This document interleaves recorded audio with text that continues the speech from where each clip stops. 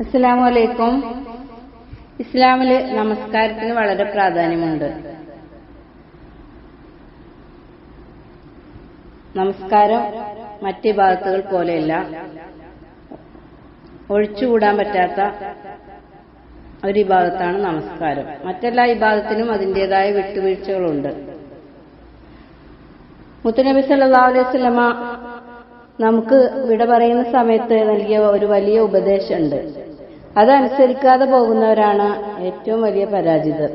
യാ ഉമ്മത്തി അസ്സല അസ്സല, യാ ഉമ്മത്തി, എന്റെ സമുദായമേ, നിസ്കാരത്തിന്റെ കാര്യത്തിൽ നിങ്ങൾ അലസത വരുത്തിയാൽ നിങ്ങളെ കൈപ്പിടിച്ച് രക്ഷപ്പെടുത്താൻ എനിക്ക് കഴിയണമെന്നില്ല.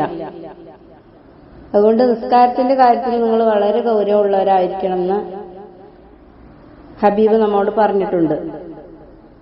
അതുകൊണ്ട്